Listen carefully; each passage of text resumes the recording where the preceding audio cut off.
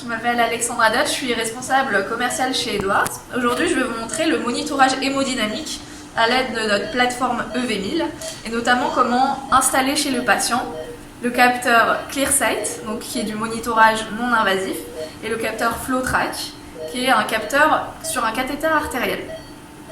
Donc aujourd'hui, notre patiente est ici. Elle a déjà une SAT.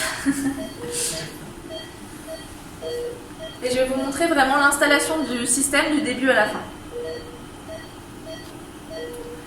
Donc tout d'abord, sur le V1000, en fait, pour l'allumer, le bouton se trouve à l'arrière gauche. Donc on clique sur le bouton, l'écran s'allume, et là il vous propose deux choix. Premier choix, nouveau patient. Deuxième choix, continuer avec le même patient. Continuer avec le même patient, ça veut dire que vous avez perdu potentiellement la batterie de votre moniteur. Vous l'avez rallumé. Il vous propose tout de même de le rallumer en conservant les données de votre patient sur lequel vous avez travaillé précédemment. Donc ici, on est sur un nouveau patient. On va créer une nouvelle fiche. On clique sur nouveau patient. Et ici, vous voyez qu'il vous demande les données démographiques de votre patient. Ces données démographiques, elles sont obligatoires. Il faut rentrer la taille, l'âge, le poids et le sexe. Et une fois que c'est fini, on va cliquer sur la maison pour valider. Donc pourquoi ces données démographiques, elles sont obligatoires? Parce que... Alors, hop. Faut rentrer vos données. N'importe, tu mets un 1,70 voilà. Pour la taille. Enfin, on fait l'âge 34 ans à la Karine. Voilà, 50-50 tu avais? C'est ça, 55. Ça c'était l'année dernière. C'était l'année dernière. Non mais c'est vrai, je suis pas là. Donc on rentre les données démographiques. Alors pourquoi on rentre ces données démographiques? Parce que tous nos paramètres finalement sont indexés par rapport à une base de données démographiques. On fait un rapport avec des ABAC. Et en fait, tous les paramètres que vous allez voir affichés, les valeurs cibles, sont celles vraiment ajustées à votre patient. Une fois que ces données sont enregistrées, on va cliquer sur la maison bleue pour valider. Une fois qu'on a cliqué sur cette maison bleue, il vous demande de sélectionner le mode. On a un premier mode qui est le mode patient sous sédation et immobile et un mode positionnement patient variable. Dans tous les cas, si possible, on va choisir par défaut le positionnement patient variable. On va choisir ce mode. Et pourquoi on le choisit? Voilà, très bonne question. On choisit ce mode positionnement patient variable puisqu'en fait, il va nous permettre d'utiliser notre système donc, qui s'appelle HRS. HRS, c'est en anglais. Ça veut dire Heart Reference Sensor. Donc le capteur de référence cœur. Et ce capteur qui est branché ici, il vous permet de calculer automatiquement la différence de pression entre le cœur et le capteur qui se trouve sur la main du patient. Alors que ce mode-ci, en patient sous sédation immobile, en fait, vous allez devoir manuellement rentrer la différence de hauteur entre le cœur et la main du patient. Donc le mode automatique, c'est celui-ci, c'est celui par défaut. Si jamais ce capteur HRS est mis en défaut, vous pourrez toujours utiliser l'autre mode pour vous en sortir. Donc on clique sur positionnement patient variable et on valide avec la flèche verte. Voilà. Donc comme pour tout capteur, notamment comme un cathéter artériel, il vous demande de faire un 0. Ça c'est la première étape. Cette étape de remise à 0, elle peut même se faire à distance du patient. Ça veut dire que au départ, même le patient n'est pas encore rentré en salle. Si vous voulez vous débarrasser d'une étape et gagner du temps, vous allez pouvoir en faire un 0. Pour faire ce 0, on va aller chercher le gros câble blanc qui est ici. Au bout de ce câble, vous voyez, il y a ce module-là, sur lequel est branché un long fil qui se démarque en deux parties. Ce fil, c'est notre fameux module HRS. Attends, je zoome dessus. Ok. Ok. Donc celui-ci se dédouble avec dans un premier temps, la première partie, un petit module rectangulaire, et de l'autre côté, un module carré. Sur ces deux modules, on va trouver une ligne de référence avec un 0 au milieu. Pour faire la remise à 0 de notre système, au départ, il va s'agir d'aligner ces deux lignes de référence côte à côte.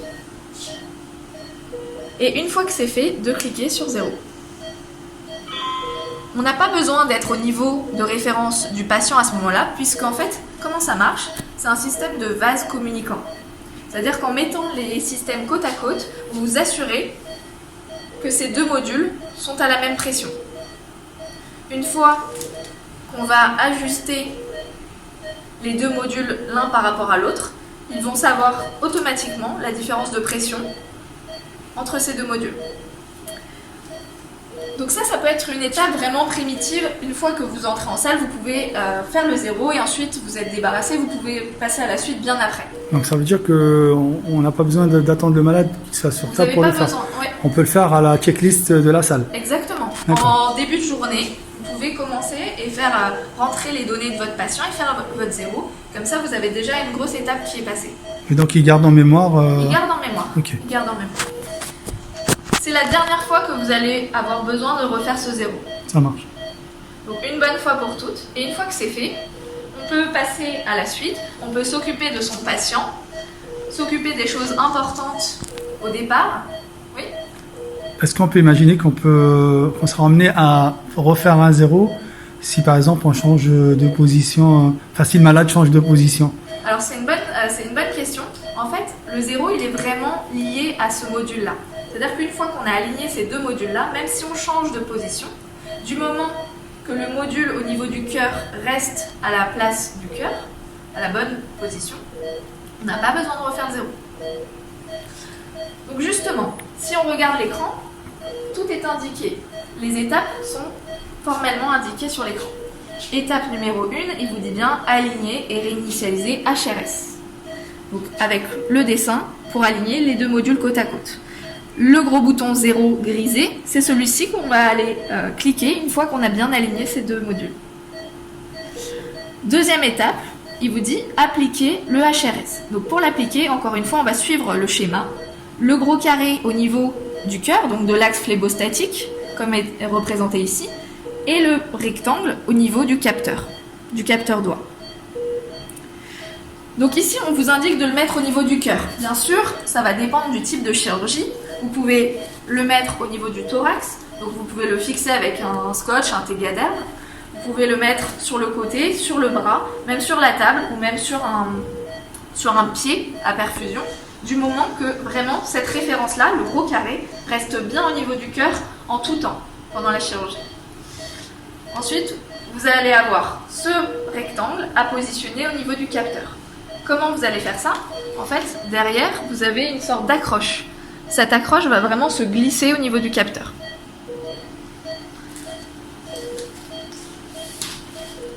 Donc maintenant, je vais vous parler du capteur en lui-même.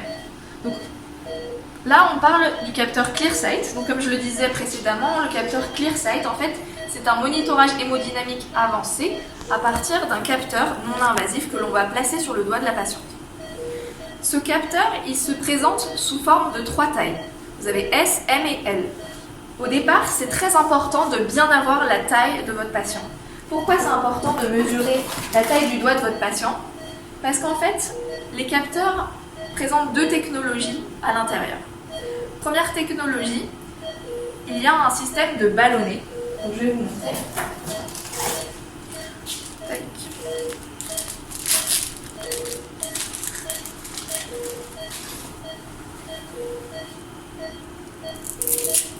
Donc lorsque j'ouvre ce capteur, vous avez une membrane plastifiée qui est ici. En fait, on va aller insuffler de l'air à l'intérieur, ça va aller gonfler le ballonnet et ce ballonnet va faire contre-pression sur l'artère du doigt. Comme un petit brassard. Voilà, finalement. comme un petit brassard au niveau du doigt.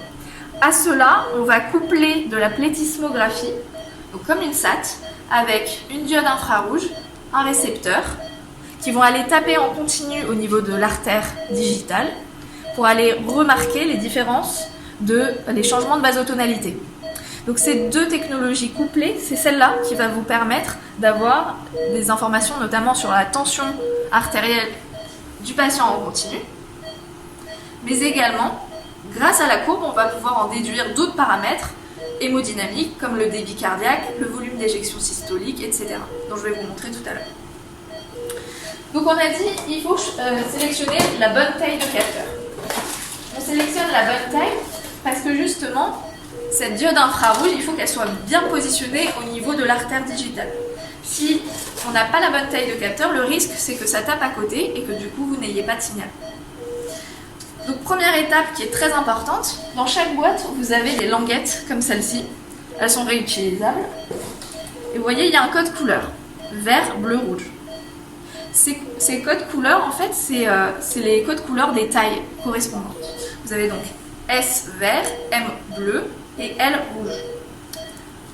Dans ces languettes, il y a un interstice, on peut passer ces languettes comme une boucle et c'est grâce à ça qu'on va aller mesurer la taille du doigt. Alors, pour précision, la question qu'on me pose souvent, c'est sur quel doigt on met le capteur? C'est sur un des 3 doigts du milieu de la main. Donc tout sauf les extrémités. Et, contrairement à la saturation qu'on met en bout de doigt, là on le met sur la deuxième phalange, celle du milieu. Donc, un moyen mémotechnique, c'est si jamais on devait le mettre sur le même doigt que la SAT, on serait obligé de mettre sur la deuxième phalange. Donc ce qu'on va faire, avec notre patiente ici, on va aller mesurer son doigt au niveau de la deuxième phalange. À ce moment-là, je serre bien. Je serre bien pour déterminer la taille. Pourquoi je serre bien? Encore une fois, c'est une question d'être sûr qu'on a la bonne taille. Parce que, imaginons que vous vous retrouvez entre deux tailles, donc vraiment à la limite des deux. Le plus important, c'est de choisir la taille en dessous.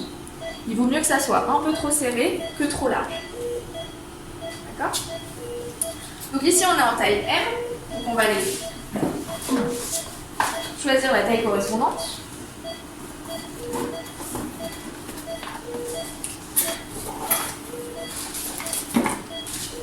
Donc il y a une ouverture facile avec des pointillés au-dessus, hein, sinon on l'ouvre à l'arrache. Donc vous voyez sur le capteur, il y a ici une encoche. C'est celle-ci sur laquelle on va glisser le module rectangulaire que je vous ai montré tout à l'heure. Donc le système, il s'ouvre avec un scratch. On le met bien à plat, c'est important, on le met bien à plat. Et le but, c'est vraiment de mettre le doigt entre les deux lignes vertes. Il faut bien qu'une fois que le doigt est mis, vous voyez toujours les deux capteurs de part et d'autre. D'autre part, vous avez quand même toujours un dessin pour vous indiquer la marche à suivre, au cas où vous oubliez. Et également, les deux flèches vertes du haut doivent être alignées avec mon articulation.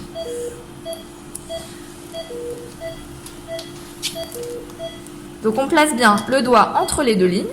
On ferme d'abord ce côté-ci. On serre suffisamment.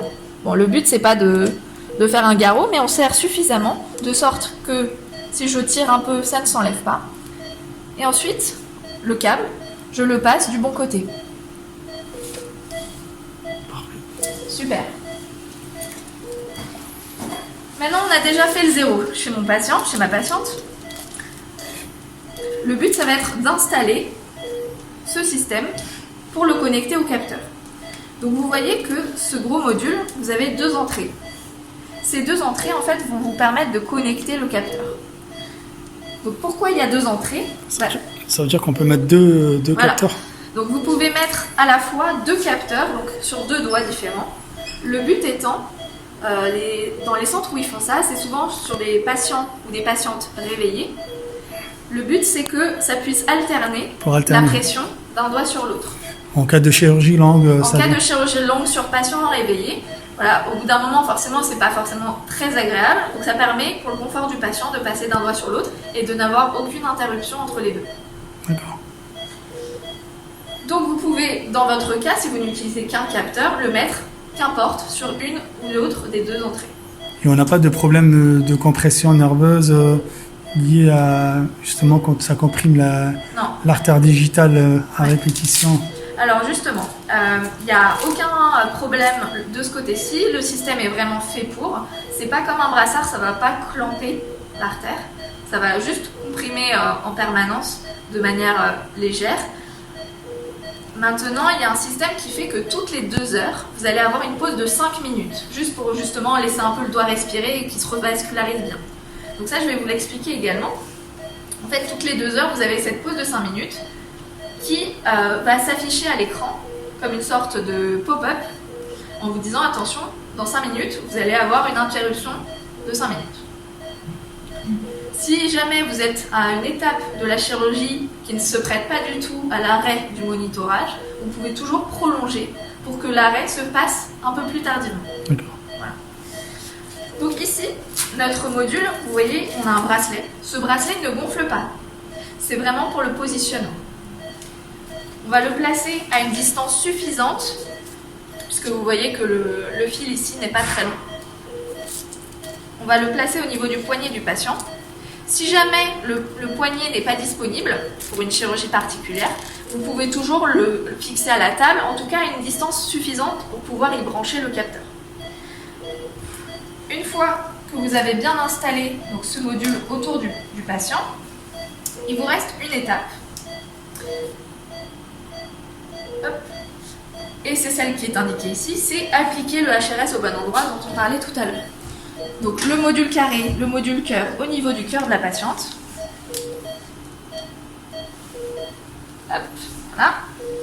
Et le module rectangle au niveau du doigt, donc dans le clips prévu à cet effet. Et le branchement du petit capteur au boîtier. Voilà. C'est ça? Dernière étape, et là vous ne pouvez pas vous tromper parce que s'il vous manque quoi que ce soit comme étape, il vous le rappelle ici. Là il vous dit quoi? Raccorder le manchon de doigt. Là voilà, c'est ce qu'on va faire. Donc il y a un détrompeur également, hein. Il faut le mettre dans la bonne position, de toute façon vous ne pouvez pas vous tromper. On le glisse à l'intérieur, et une fois qu'il est connecté, si tout va bien, vous avez ici lumière verte, lumière verte.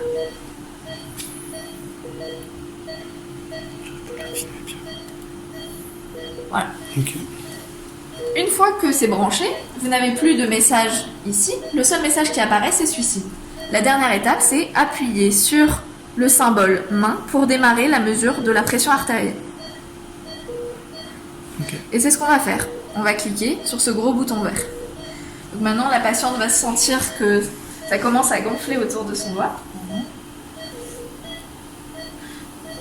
Donc ce qui se passe ici, si vous regardez, c'est qu'il y a une marche d'escalier, des marches d'escalier, parce qu'il va aller comprimer jusqu'à trouver la pression équivalente de la patiente. Maintenant, on va regarder aussi, voilà, donc la première tension artérielle commence à arriver sur l'écran. On va regarder également comment reporter la courbe de tension artérielle sur notre scope. C'est possible. Donc ici, vous avez un module pour reporter sur le moniteur patient. Il va vous dire, faites le 0 sur le moniteur patient. Pour faire ce 0, vous cliquez ici sur le 0. Il vous dit mettre à 0 le canal de pression sur le moniteur patient. Et on a déjà un débit cardiaque et un VES qui s'affiche d'emblée déjà. Donc ici, vous voyez, vous prenez un câble d'artère classique qui est lié à votre scope. Et en bas du module, vous avez une fiche rouge comme un câble de pression classique que vous allez cliquer comme ça entre les deux. Et à partir de ce moment-là, on va pouvoir faire le 0.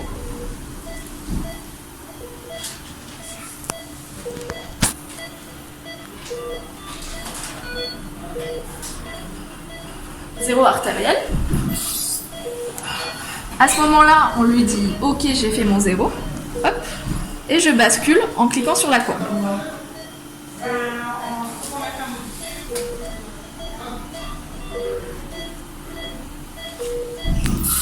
Ma courbe d'artère apparaît sur l'écran.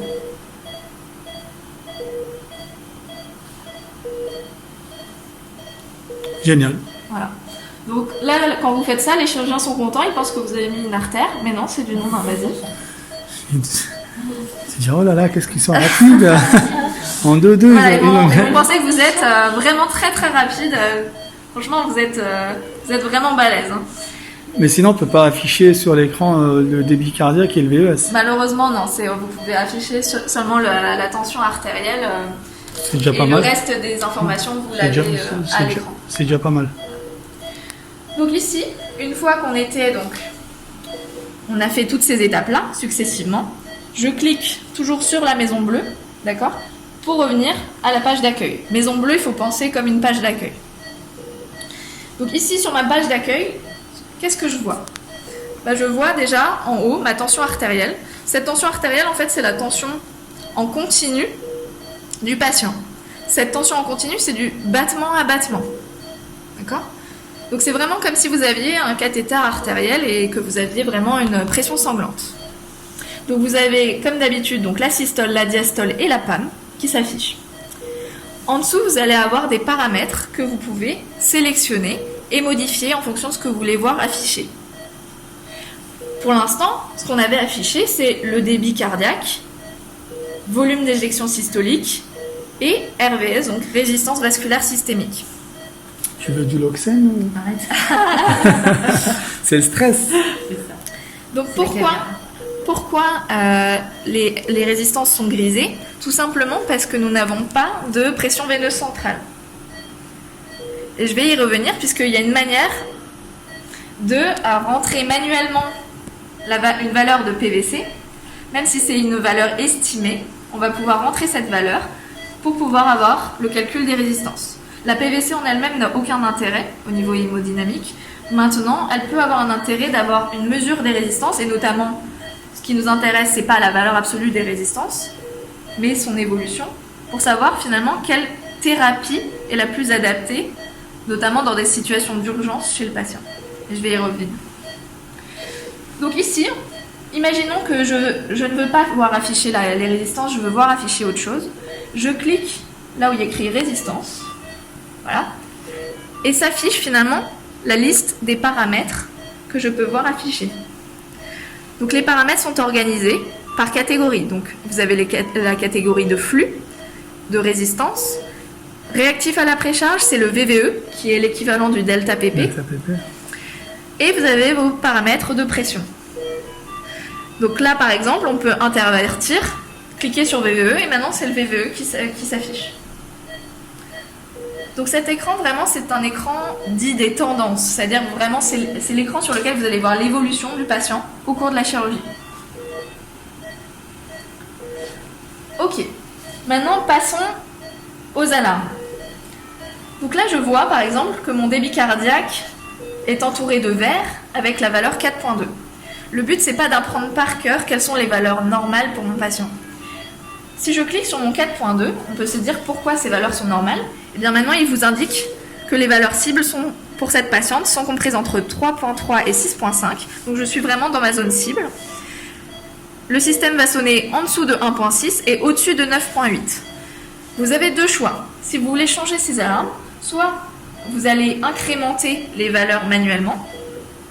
Je peux même cliquer sur le 9.8 et changer manuellement la valeur. Donc là, je sais que ça va sonner au-dessus de 8. Ou tout simplement, je peux désactiver complètement l'alarme sonore pour un paramètre donné en cliquant sur le symbole alarme. Une fois que c'est fait, je vais cliquer sur la flèche verte. Voilà, il y a ce son qui apparaît. En fait, ça veut dire, attention, vous avez désactivé une des alarmes. Pensez à bien regarder quand même l'écran. Donc vous avez maintenant ce symbole alarme fermé au niveau du débit. Ok, maintenant, qu'est-ce qui s'affiche? Vous avez une petite flèche avec entre parenthèses un autre chiffre.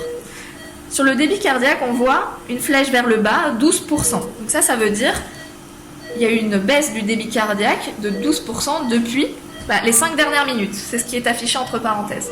Karine, t'es fatiguée. Hein. Donc en fait, grâce à ce système, vous allez pouvoir vraiment comparer une mesure par rapport à une référence depuis 5 minutes. Donc maintenant, je vais vous montrer finalement les différents onglets que vous pouvez trouver sur votre gauche, de bas en haut. Le premier onglet, finalement, c'est un gros bouton alarme Si je clique sur ce bouton, finalement, vous allez couper toutes les alarmes pendant 2 minutes. Finalement, à la manière d'un scope. Ça va vraiment couper toutes les alarmes, tous les paramètres qui peuvent émettre une alarme pendant une durée de 2 minutes. Après ces 2 minutes, les alarmes reviennent. Au-dessus, vous avez donc ce symbole main entouré de vert. Et ben c'est ce que je vous disais au début, ce symbole, c'est le bouton marche-arrêt. C'est à partir de ce bouton qu'on commence à mesurer la pression. Et c'est à partir de ce bouton qu'on va arrêter aussi la pression au niveau du doigt. Au-dessus, vous avez donc un symbole avec un appareil photo. C'est un symbole capture d'écran. Symbole capture d'écran vous permet, par exemple notamment lorsqu'on fait une étude clinique, de pouvoir prendre une image, une photo, image d'un instant donné pour le patient. Il suffira ensuite en fait d'insérer une clé USB pour pouvoir récupérer la photo. Le bouton du dessus, c'est le bouton réglage. Ce bouton réglage, c'est les réglages de l'appareil. Donc les réglages du moniteur, notamment grâce à ce bouton, vous allez pouvoir changer le volume des alarmes, la date, l'heure, etc. Vous pouvez aussi revenir sur les données de votre patient. À partir de ce bouton-là, vous pouvez également, donc à partir des données de votre patient, cliquer sur Nouveau patient si jamais, entre 2 patients, vous gardez le système allumé. Je clique sur la maison bleue à chaque fois pour revenir sur ma page d'accueil. On peut régler les intervalles du gonflage du petit capteur, oui. La compression du petit capteur, comme pour une pression non invasive, comme pour la pression artérielle brassard finalement. Que ça soit moins... Toutes les 5 minutes, toutes les minutes, Alors ça, c'est un système qui est continu et non discontinu comme une PNI classique. D'accord. Donc ça va être vraiment une pression en continu. Donc au-dessus des réglages, vous avez donc cet outil donc avec la mallette clinique et un plus. Si je clique ici, en fait, cet onglet, c'est votre boîte à outils. Qu'est-ce qu'on va trouver dans cette boîte à outils? La première chose qu'on va y trouver, c'est l'onglet test de réactivité au fluide. Cet onglet, en fait, il vous permet de faire un test visuel de remplissage. Faisons un exemple. Je clique sur mon test de réactivité au fluide. Là, il vous propose de faire un nouveau test. On a 2 choix. Premier choix, lever de jambe passif, mais ça ne s'applique pas vraiment au bloc. Deuxième choix, bolus de fluide. Donc dans notre cas, c'est déjà présélectionné sur bolus de fluide, donc on n'a rien à faire. Sélectionnez le paramètre, on choisit volume d'éjection systolique. Sélectionnez la durée de l'épreuve, 15 minutes. On a le choix ici d'une durée d'épreuve moins longue, 5, 10, 15 minutes. Finalement, peu d'importance. Pourquoi peu d'importance? Parce que même si je choisis 15 minutes et que mon bolus dure moins longtemps, je peux toujours lui dire que j'ai terminé et il va s'arrêter. Donc faisons un exemple pour vous montrer. Ici, j'ai choisi bolus de fluide sur mon paramètre d'intérêt qui est le volume d'éjection systolique sur une durée théorique de 15 minutes. Je lui dis commencer la mesure de la valeur de référence. En cliquant là-dessus, qu'est-ce qu'il va faire? Pendant 1 minute, il va moyenner la valeur de référence du volume d'éjection systolique. Pendant 1 minute, ça veut dire qu'il va prendre des mesures et pendant cette minute, il ne faut pas que le patient, à ce moment-là, on remplisse le patient. Il ne faut pas que ça soit un moment critique de la chirurgie. Il ne faut pas que ça soit, par exemple, l'incision. Il faut vraiment que ça soit un moment assez stable de la chirurgie finalement pour faire ce test de remplissage et prendre cette mesure de référence. Pourquoi? C'est justement pour avoir une référence patient hors remplissage, pour vraiment voir l'effet bénéfique ou non de notre remplissage et pas d'autre chose finalement. Donc pendant 1 minute, il va me calculer cette valeur de référence. Pour rappel, comment on voit qu'un test de remplissage est positif ou non? Les études nous disent que si après un bolus qui peut être passé, en général, les recommandations, c'est du 250 ml sur une durée environ de 10 minutes. Voilà. Donc là, il a fini sa valeur de référence. Donc, les études nous disent 250 ml à passer pendant une durée environ de 10 minutes. Pour savoir si c'est positif, en fait, si le volume d'éjection systolique a augmenté de plus de 10% après ce bolus, on dit qu'on a été positif. Sinon, on est négatif et on arrête de remplir. Positif, on peut continuer à remplir.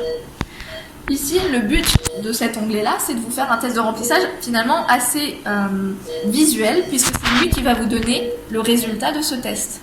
vous allez pouvoir savoir combien de pourcents d'augmentation ou non vous allez avoir. Donc maintenant, on a la possibilité de commencer le bolus. En cliquant ici sur le bouton bleu commencer, c'est à ce moment-là que je vais ouvrir la perfusion pour laisser passer mon bolus. Et seulement à partir de ce moment-là. Donc on lui laisse le temps de s'écouler pour bien remplir le patient, pour qu'il fasse son effet. Et au bout de 25 secondes, vous aurez la possibilité de terminer. Bien sûr, parce qu'on considère qu'il n'y a pas de... Voilà, il n'y a pas de test de remplissage qui dure moins de 30 secondes. Mais il faut passer combien de millilitres à peu près 200 Alors, les recommandations, c'est du 250 ml pendant 10 minutes, ou bien on peut faire des mini fluid challenge de 100 millilitres. En injection. Voilà, en injection.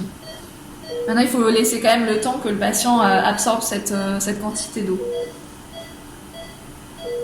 Ok. Donc, vous voyez ce bouton terminer maintenant, il s'est dégrisé.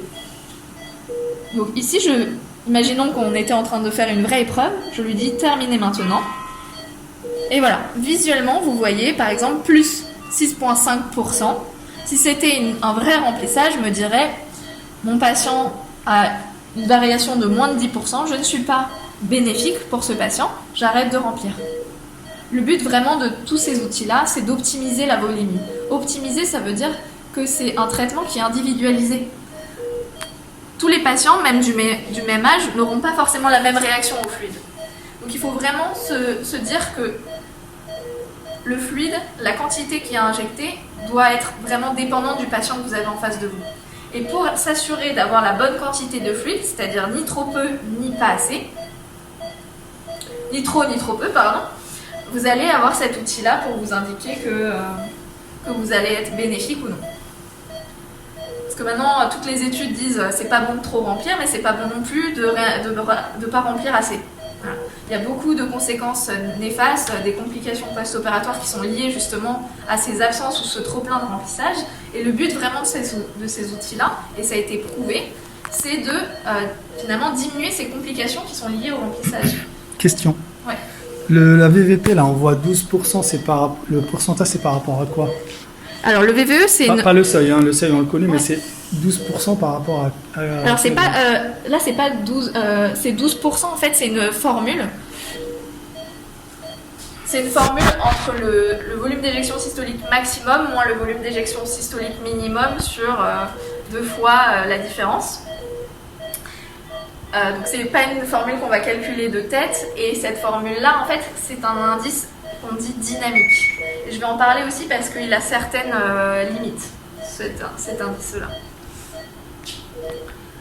Donc le pourcent, c'est vraiment parce que c'est une fraction.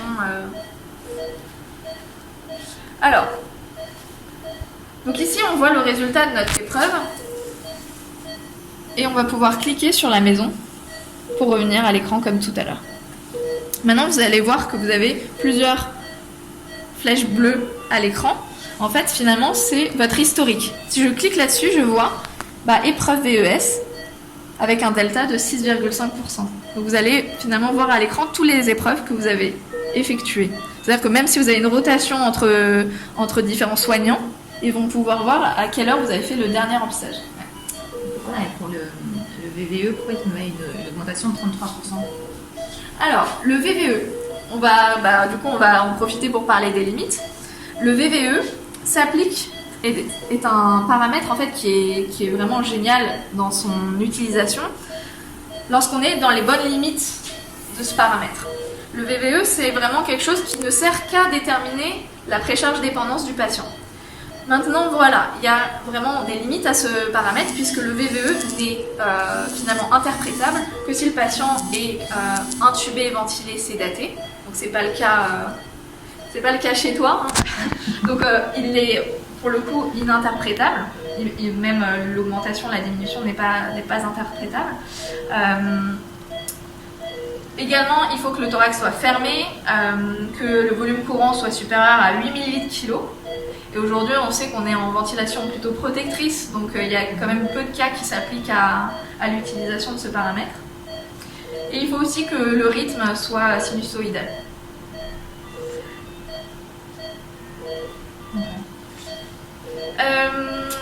Voilà, donc du coup, pour résumer, le monitorage hémodynamique, on a dit, c'est optimiser vraiment la volémie au patient, l'individualiser. Et les études ont montré finalement une réduction de 30 à 50% des complications post-opératoires grâce à ce monitorage hémodynamique. Ok. Maintenant, je reviens sur mes outils cliniques. Donc ici, toujours dans ma mallette, donc j'ai fait test de réactivité au fluide. En dessous, donc j'ai mon bouton remise à 0 et courbe. Alors là, vous n'avez pas besoin d'y revenir normalement, mais si jamais vous aviez arrêté, vous aviez fait le 0 au départ et que vous êtes passé à autre chose, et que vous voulez continuer pour voir les étapes d'après, vous pourrez y revenir et continuer vos étapes. Le dernier onglet d'intérêt ici, c'est saisir la PVC. Alors pourquoi j'y reviens ? Donc je disais tout à l'heure que la PVC en soi, aujourd'hui, n'est pas approuvée comme ayant un intérêt en tant que tel pour l'hémodynamique. Maintenant, l'intérêt, c'est de la rentrer manuellement. En cliquant ici, je peux estimer la PVC du patient. Alors pourquoi c'est quand même pertinent de l'estimer ? Alors on estime de toute façon que pour un patient qui n'a pas de problème cardiaque, sa PVC est généralement comprise entre 0 et 10. Moi ce que je fais, c'est que je prends une valeur moyenne à 5 mm de mercure. Et le but finalement c'est d'avoir le calcul des résistances vasculaires systémiques.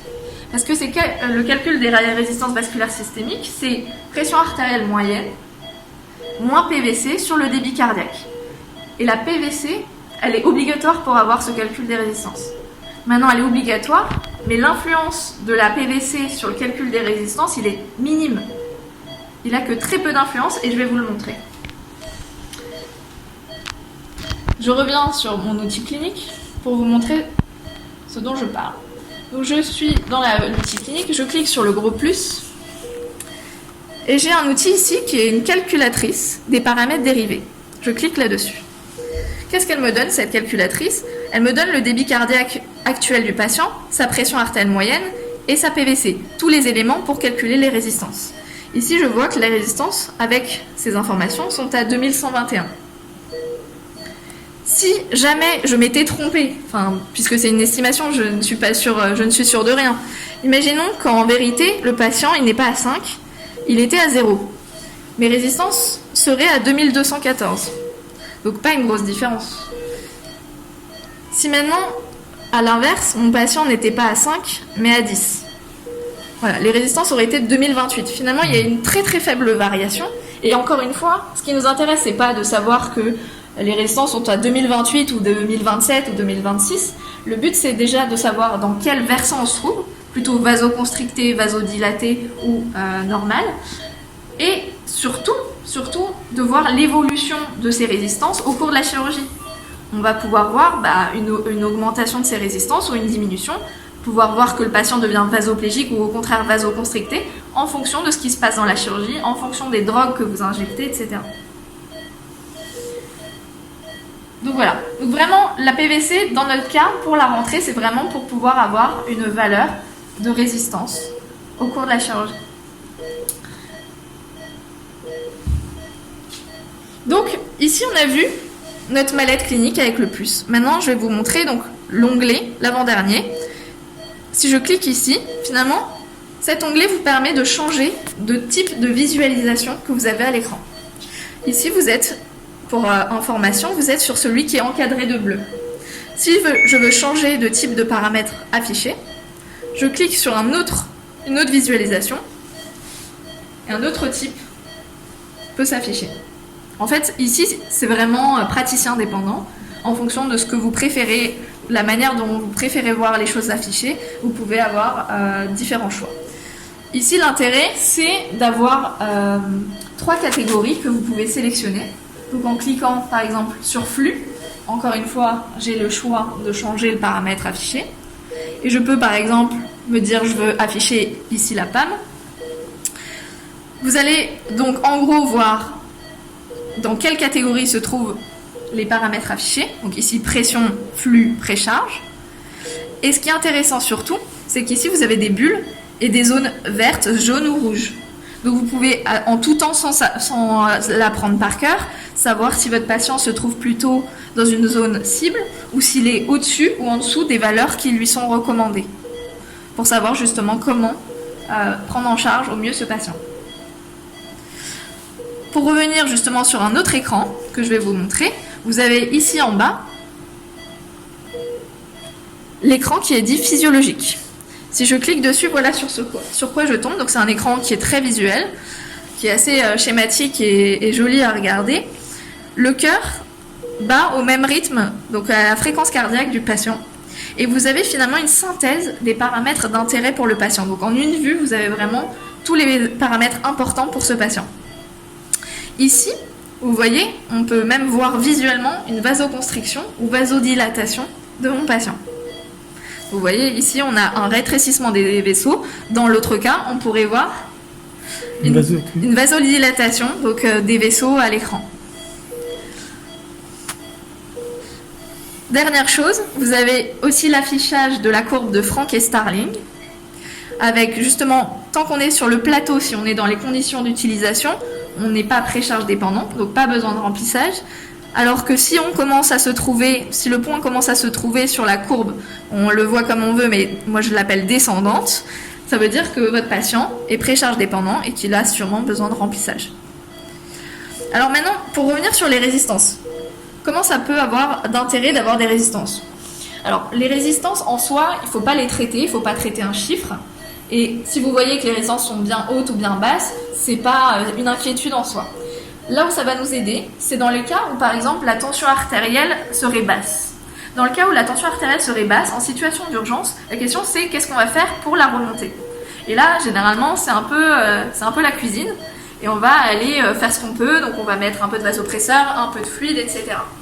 Les résistances en soi, elles vont nous aider à faire un choix. Un choix parce que si ces résistances sont basses, donc si le patient est vasoplégique, on va savoir directement qu'en mettant des vasopresseurs, l'effet escompté va se passer. C'est-à-dire que la tension va remonter d'elle-même grâce à ces vasopresseurs. Si maintenant on était dans un cas comme celui-ci où la tension est basse et les résistances sont hautes, est-ce qu'un vasopresseur à ce moment-là serait vraiment la thérapie adaptée?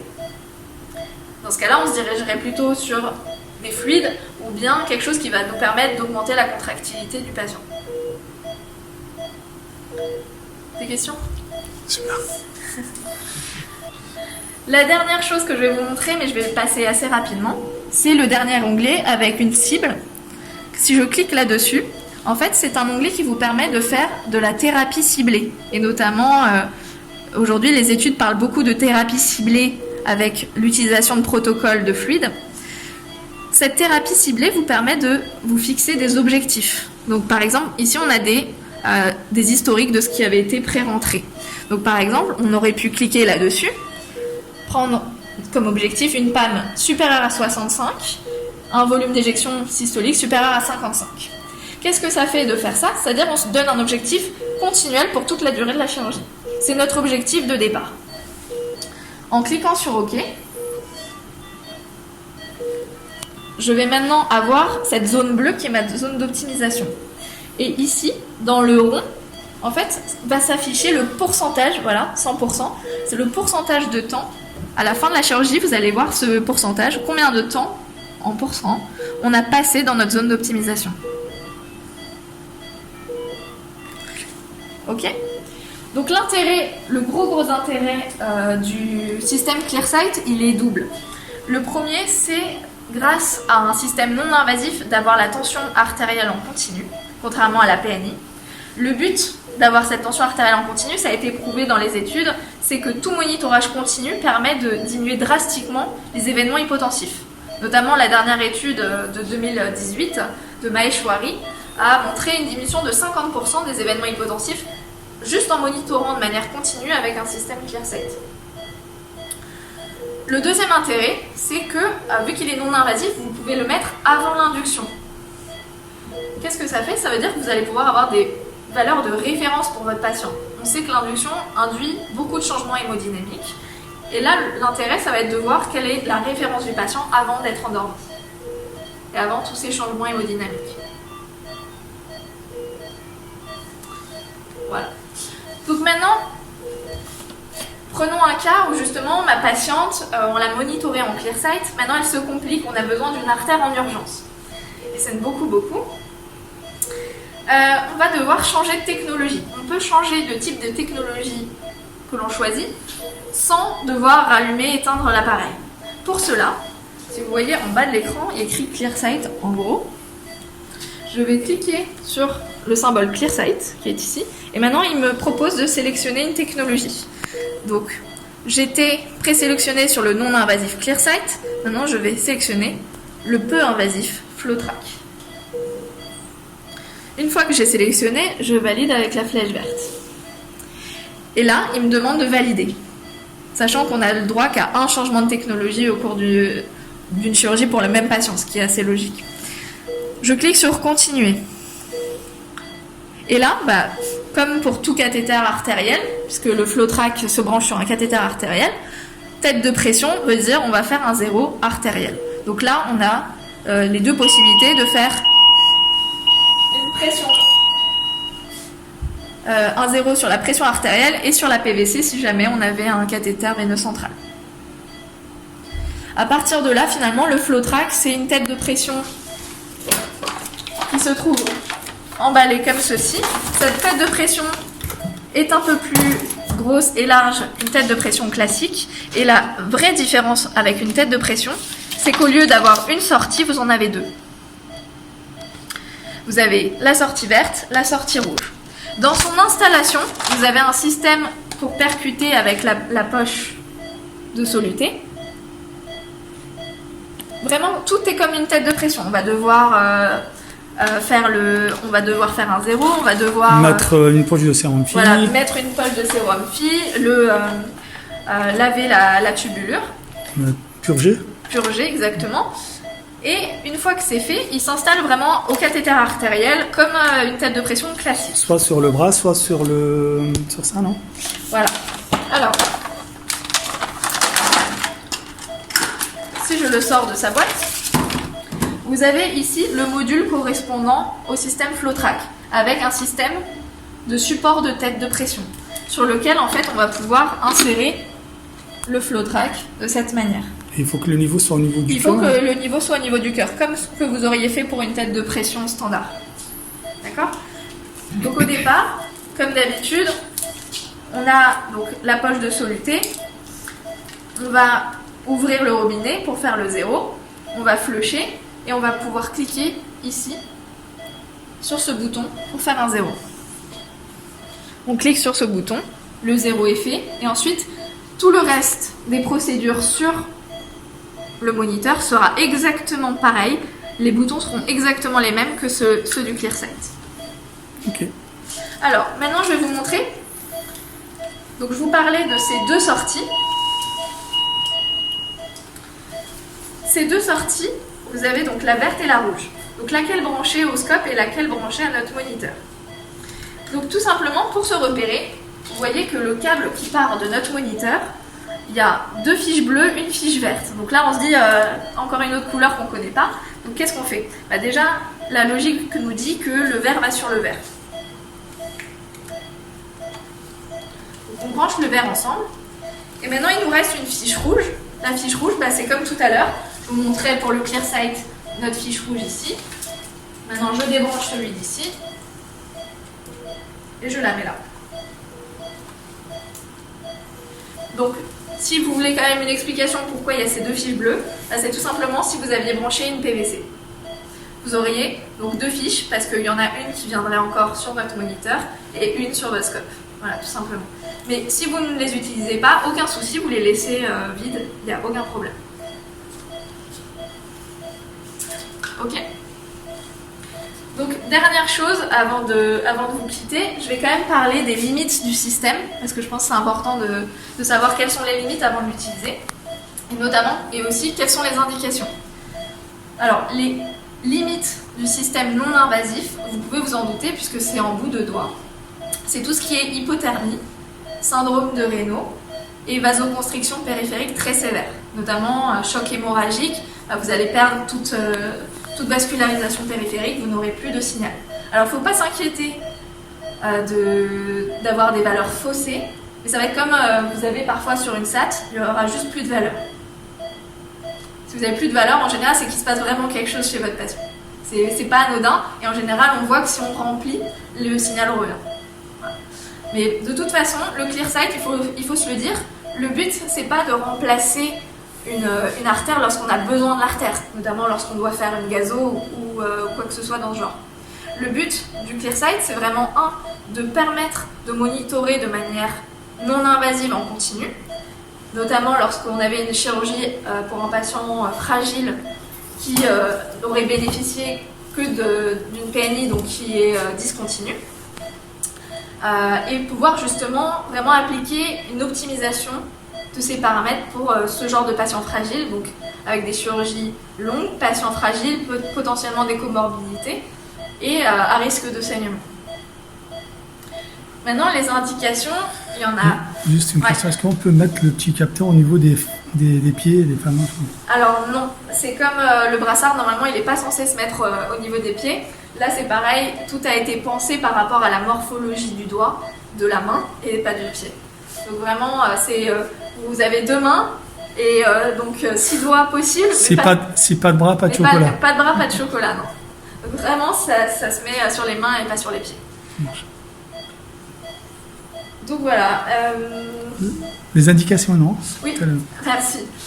Les indications, en fait, toutes les indications sont valides. Là où c'est le plus utilisé aujourd'hui, c'est tout ce qui est chirurgie viscérale, urologique, digestive. Aujourd'hui, il y a beaucoup de papiers qui ont montré les bénéfices, notamment sur la réduction drastique des complications dans ce type de chirurgie. Et la question qu'on me pose souvent, c'est oui, mais c'est ce dont on parlait tout à l'heure. Oui, mais ces câbles, ces capteurs, ça a un coût. Alors, je vous invite à vous référer à l'étude du Landais qui a été effectuée en 2017 dans 3 établissements. L'hôpital Saint-Joseph, ça a été fait à Rennes et au CH d'Argenteuil. Donc, le CHU de Rennes et le CH d'Argenteuil. Ces 3 établissements ont fait une étude en prenant une cohorte de 26 000 patients au total. Et ce qu'ils ont analysé finalement, c'est le coût des complications et les bénéfices qu'on pourrait attendre d'un monitorage hémodynamique. Les bénéfices ou non. Au départ, ils voulaient prouver ça, ils se disaient il y aurait des bénéfices et ils l'ont prouvé dans cette étude. Cette étude, elle a montré que le bénéfice du monitorage hémodynamique avancé, justement en calculant la diminution des complications qu'ils ont remarquées chez ces patients en utilisant le monitorage, ça représente une économie de 1 100 € par patient. Et pourquoi je vous parle de ça? Parce qu'aujourd'hui, j'ai l'impression que tout le monde se bride en parlant du coût du monitorage. Et oui, c'est sûr, ça a un coût. Maintenant, il faut penser aussi derrière quel est le coût des complications pour votre patient et quel est ce coût que vous évitez justement lorsque vous monitorez votre patient. Et c'est grâce à cette étude-là que justement ces médecins-là ont pu prouver à leur direction qu'il y avait un intérêt. Alors oui, ils ont montré un intérêt médico-économique, mais aussi du coup un intérêt pour leurs patients, puisque donc moins de complications, diminution du temps de séjour et diminution des complications et des réadmissions. Voilà. Bravo. Merci.